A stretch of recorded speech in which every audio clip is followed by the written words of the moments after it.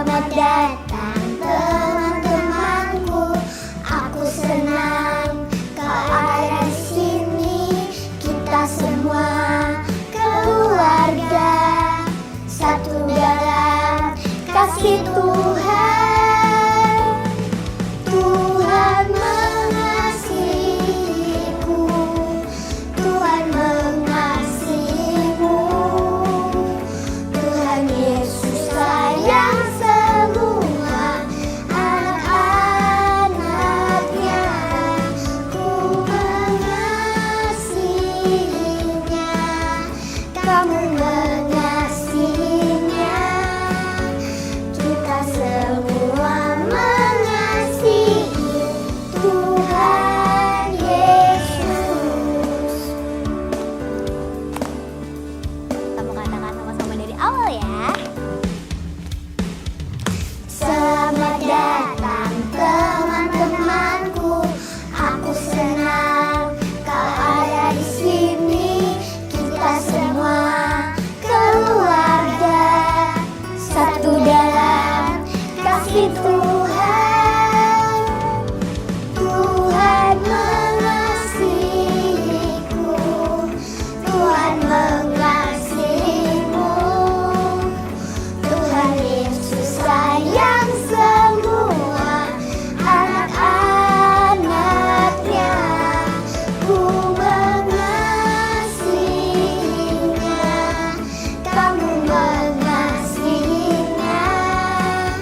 Kita semua mengasihi Tuhan Yesus. Sama-sama kita boleh tangan ya. Dadah anak, aku senang kalian ada di sini. Yuk, kita memuji Tuhan bersama-sama. Kita mau katakan Let's go. Tuhan mengasihiku, Tuhan mengasihimu. Tuhan Yesus sayang semua anak-anaknya. Ku mengasihinya, kamu mengasihinya. Kita semua mengasihi Tuhan Yesus. Tuhan mengasihiku, Tuhan mengasihimu.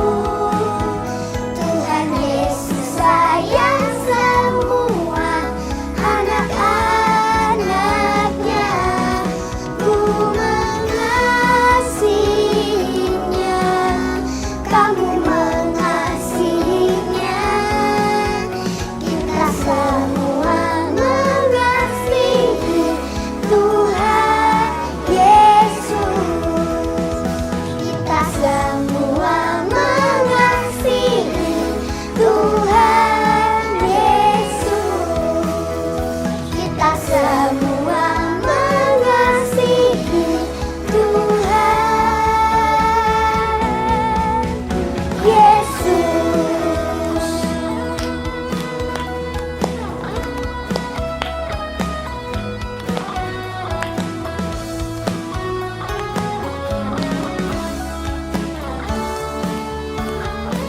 Sama kita katakan haleluya.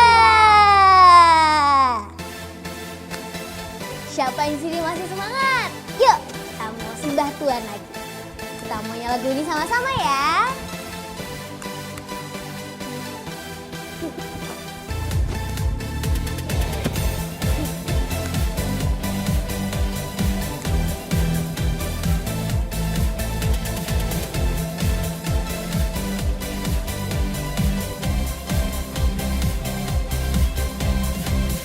Kasih, sukacita, damai, sejahtera, kesabaran, kemurahan,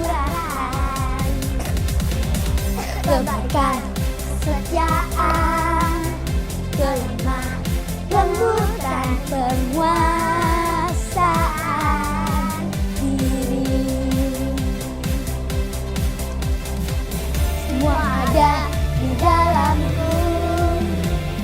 bertumbuh dengan kuat. Hidupku menjadi berkat, hidupku menjadi terang, membawa kasih Tuhan.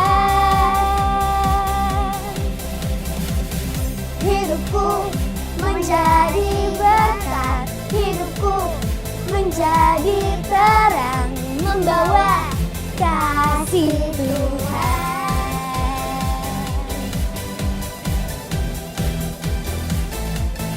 Kita mau nyanyikan lagu ini sama-sama dari awal ya.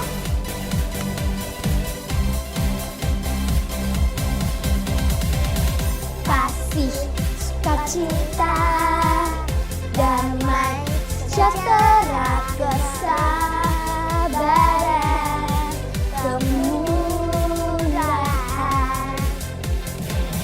kebaikan, kesetiaan, kelemah lembutan, penguasaan diri. Semua ada di dalamku, bertumbuh dengan kuat. Hidupku menjadi berkat, hidupku menjadi terang, membawa kasih Tuhan. Hidupku menjadi berkat, hidupku menjadi terang, membawa kasih Tuhan. Hidupku menjadi berkat, hidupku menjadi terang, membawa kasih Tuhan. Hidupku menjadi berkat, hidupku menjadi terang, membawa kasih Tuhan. Hidupku menjadi berkat, hidupku menjadi terang, membawa kasih Tuhan.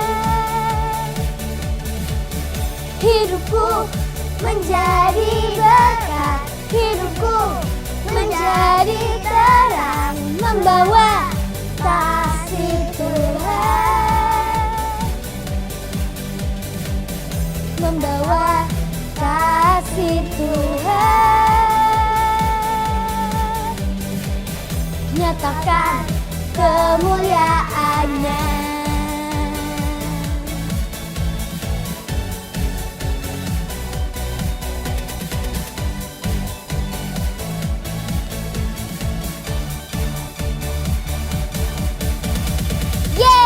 Yeay!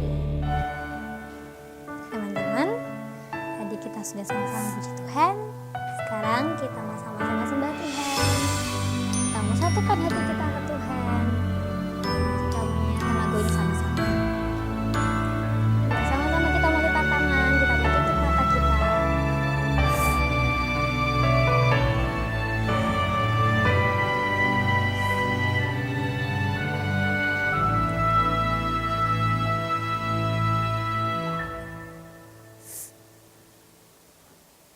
Bapakku yang sangat baik, ku datang kepadamu.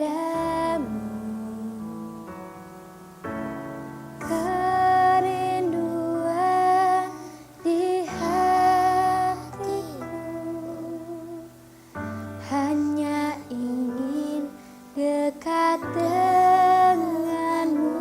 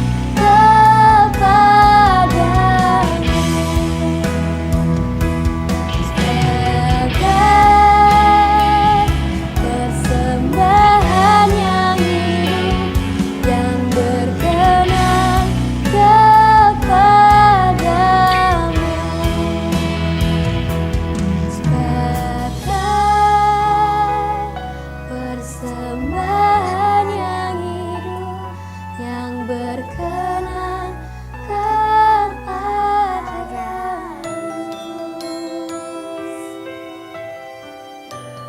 Tuhan Yesus, terima kasih Tuhan buat hari ini. Sekarang kami sudah selesai memuji menyembah nama-Mu Tuhan, dan biarlah semua penyembahan kami bisa menjadi dupa yang harum bagi Engkau Tuhan. Dan sebentar lagi kami mendengarkan firman-Mu, berikan kami telinga dan hati seorang murid, supaya semua firman yang disampaikan bisa masuk dalam hidup kami Tuhan. Dalam nama Tuhan Yesus kami sudah berdoa. Haleluya. Amin.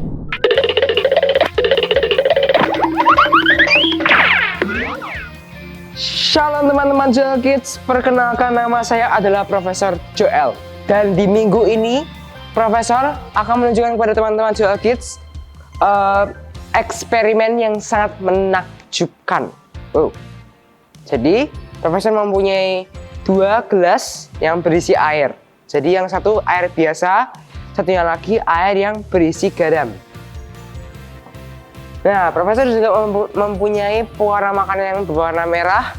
Dan tujuan dari eksperimen ini, Profesor akan mengambil warna makanan ini dan taruh ke dalam gelasnya. Oke.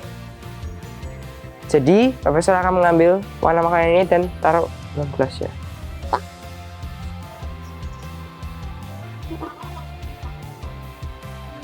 Oke, sekarang Profesor akan mengambil air yang berisi garam dan mengisi lagi dengan warna makanan. Jadi teman-teman Joel Kids, teman-teman bisa lihat ini garam, warna makanan ini nggak bisa larut ke dalam garamnya. Kok bisa ya?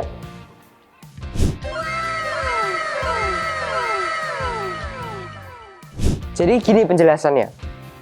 Karena ion-ion garam ini menutupi airnya. Jadi molekul-molekul dari warna makanannya tidak bisa larut dengan benar dengan air. Gitu teman-teman.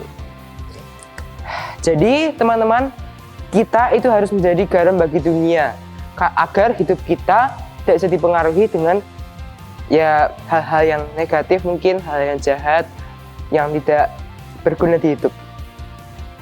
Gitu teman-teman, sekian dari Profesor Joel. God bless you.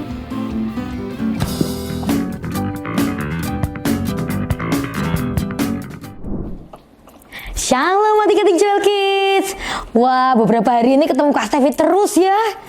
Iya, kita hari ini mau belajar firman lagi loh adik-adik. Sudah siap semuanya? Tentu sudah pada siap ya. Hari ini kita mau belajar lagi tentang yang namanya garam. Kalau minggu lalu kita belajar bagaimana sih cara menjaga api, tapi kali ini kita mau belajar tentang garam. Oke, sudah siap semuanya? Ayo kita mulai. Adik-adik pada tahu garam kan? Iya, garam itu loh biasanya yang rasanya apa sih? Asin, betul. Garam itu fungsinya untuk apa yo?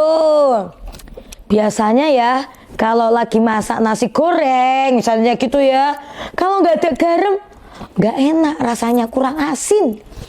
Lalu masak sayur juga perlu yang namanya garam. Kalau mama kita masak atau kita lagi masak, garam itu adalah suatu bumbu yang nggak boleh ketinggalan loh adik-adik. Iya, kenapa? Karena garam itu sangat fundamental, sangat dasar. Kalau makanan gak ada garamnya, rasanya kurang enak adik-adik. Suka? Ada nggak di sini yang suka makan nasi goreng gak ada garamnya? Atau makan bakso gak pakai garam? Pasti ada kekurangan suatu rasa gitu ya adik-adik ya. Nah, hari ini kita mau belajar tentang yang namanya garam. Yuk kita semua buka Alkitab kita di Matius 5 ayat 13. Ayo semuanya buka Alkitabnya ya, di Matius 5 ayat 13. Yuk kita baca bersama-sama. Matius 5 ayat 13. Kita baca subtemanya juga ya. Garam dunia dan terang dunia. Ayat yang 13 ya. Kamu adalah garam dunia. Sekali lagi hati-hati dibaca. Kata pertamanya apa? Kamu adalah apa? Garam dunia. Wah, betul banget adik-adik. Kita semua garam dunia. Kak, apa maksudnya Kak? Kita berarti garam nanti dimasukkan ke dalam sayuran, gitu?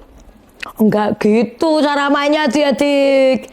Maksudnya kita adalah garam dunia adalah kita itu dimanapun kita ditempatkan, kita itu bisa berdampak. Contohnya apa sih? Seperti garam ini adik-adik. Kalau kita masak sayur gak ada garamnya, rasanya jadi gak enak. Di dunia ini, di hidup ini juga sama adik-adik. Dimanapun kita ditempatkan, kita harus berdampak. Apakah adik-adik sampai saat ini sudah berdampak belum? Ayo. Jadi garam itu artinya hidup kita berdampak buat orang lain adik-adik. Dan kita bisa loh, bisa menjadi garam dan terang. Jadi garam untuk bagi bangsa ini loh, untuk kota dan orang-orang sekitar kita loh. Yuk kita belajar lebih dalam lagi ya. Di ayat selanjutnya dikatakan, jika garam itu menjadi tawar, dengan apakah ia diasinkan? Sekali lagi yuk kita baca lagi. Jika garam itu menjadi tawar, dengan apakah ia diasinkan? Di terjemahan bahasa Inggrisnya bagus loh adik-adik. You are the salt of the earth. But if salt lost its flavor, how can it be made salty again? Ketika garam itu kehilangan rasanya adik-adik. Ada tuh garam, tapi rasa asinnya sudah hilang. Oh bisa nggak? Bisa adik-adik. Ada garam, kita jadi garam, tapi sudah nggak ada lagi rasanya. Sudah nggak lagi, garamnya tuh sudah nggak asin lagi. Apa yang terjadi adik-adik? Kita mau baca lagi ya selanjutnya di Alkitab ya. Di Matius 5 ayat 13 tadi ya. Ketika garam itu sudah kehilangan asinnya, ketika garam itu sudah kehilangan rasanya, dan dia menjadi tawar. Apa yang terjadi adik-adik? Tidak ada lagi gunanya. Apa? Tidak ada lagi gunanya, alias gopo, sudah tidak berguna adik-adik. Selain apa? Dibuang dan diinjek orang. Wow, sangat ini adik-adik ya, sangat mencengangkan ya. Garam kehilangan rasa asinnya. Apa yang terjadi? Nggak bisa digunain apa lagi, apa-apa selain apa? Dibuang dan diinjak orang adik-adik. Waduh, Kak Stevi tadi scrolling internet ya. Ketika garam itu sudah nggak berfungsi, wah dia bisa membuat tanah yang subur jadi tandus adik-adik. Gara-gara garamnya sudah nggak berfungsi. Dia bisa merusak, garam itu bisa merusak kesuburan tanah. Sedemikian dahsyatnya ya adik-adik ya, ketika garam kehilangan fungsinya. Padahal adik-adik kalau kita flashback lagi, manfaat garam itu ada banyak loh. Contoh pertamanya adalah manfaat garam. Ketika kita makan garam, kita tuh mencegah tekanan darah rendah. Kalau mulai kerasa ini, kalau yang sudah seumuran nih ya, biasanya umurnya sudah agak tua ya, biasanya ngerasa tekanan darah rendah tuh gini adik-adik, sudah mulai lemes. Itu tandanya butuh garam. Makan sesuatu yang dengan ada garamnya, supaya darahnya bisa stabil, tekanan darahnya nggak rendah lagi. Ada loh manfaat kedua, manfaat garam lainnya adalah bisa mengawetkan makanan. Tadi Kak Stevi bilang pertama, garam itu juga bisa mengasinkan makanan, memberi rasa pada makanan, dan dia juga bisa mengawetkan makanan. Sungguh dahsyat ya adik-adik, manfaat dari garam itu luar biasa banget adik-adik. Dan keduanya ada, yang ketiga, manfaat garam adalah mencegah gangguan perkembangan otak. Kalau adik-adik pernah ingat dulu ada iklan, yaitu zamannya kakak si iklannya. Kita harus makan garam yang beryodium tinggi. Untuk apa sih? Untuk menjaga, untuk menambah perkembangan otak kita. Bahkan otak kita, perkembangan otak kita itu butuh apa? butuh garam adik-adik. Tapi di Alkitab tadi dikatakan jika garam itu menjadi tawar, dengan apa ia akan diasinkan? Selain dibuang dan diinjek orang.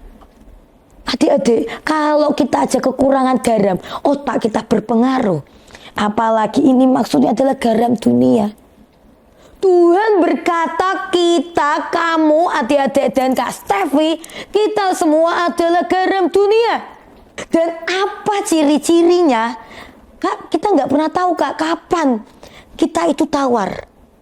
Nah, hari ini kita mau belajar apa sih ciri-ciri garam yang sudah tawar atau garam yang sudah kehilangan rasanya. Yuk kita belajar bersama-sama. Nah, adik-adik, kita sekarang mau belajar gimana sih, apa sih ciri-ciri garam yang sudah menjadi tawar. Atau kalau dalam kehidupan kita, apa sih ciri-ciri hidup kita sudah menjadi tawar? Ayo kita belajar sama-sama ya. Yang pertama, ciri-ciri ketika orang atau kita sudah kehilangan rasa, kehilangan garam itu. Yang pertama adalah kita sudah mulai kompromi dengan dosa. Kompromi dengan dosa. Contohnya siapa adik-adik? Kita punya contoh di Alkitab dikatakan ada seorang bernama Lot. Dia adalah ponakannya Abraham. Lot itu tahu, Lot itu tinggal di sebuah kota yaitu Sodom dan Gomora. Adik-adik tahu ceritanya kan? Pasti tahu dong, apalagi adik-adik Joel Kids pasti sering deh.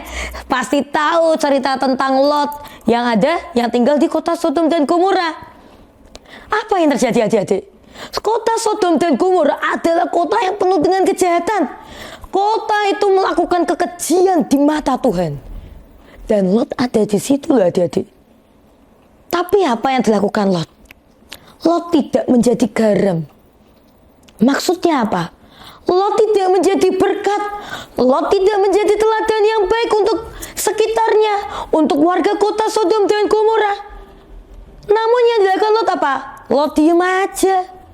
Bahkan Lot tidak berdoa, tidak bergumul, tidak nyontoin yang baik, jadi teladan sembahyang sungguh-sungguh ke Tuhan. Kenapa?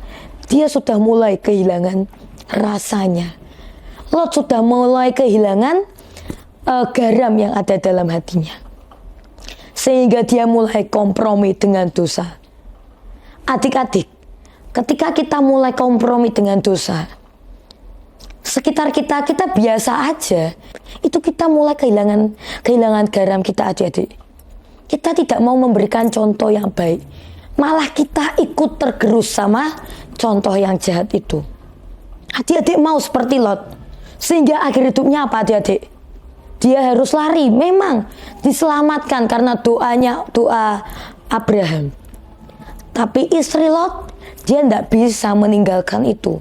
Istri Lot sudah lama kompromi dengan dosa. Sehingga istri Lot membalikan kepalanya, membalikan matanya. Dan akhirnya ia menjadi tiang garam. Adik-adik, itu loh salah satu ciri orang yang sudah kehilangan rasa asinnya. Dia ada kompromi dengan dosa. Dia sudah tidak lagi jadi teladan. Kenapa sih Lot mungkin tidak mau jadi teladan? Karena pasti dia takut dibully. Dia sendirian taat sama Tuhan. Tapi dia sudah kehilangan rasa asinnya. Sehingga dia kompromi dengan dosa. Yang kedua adik-adik, ciri-ciri orang yang kehilangan rasa asinnya adalah apa? Hidupnya sudah tidak jadi berkat.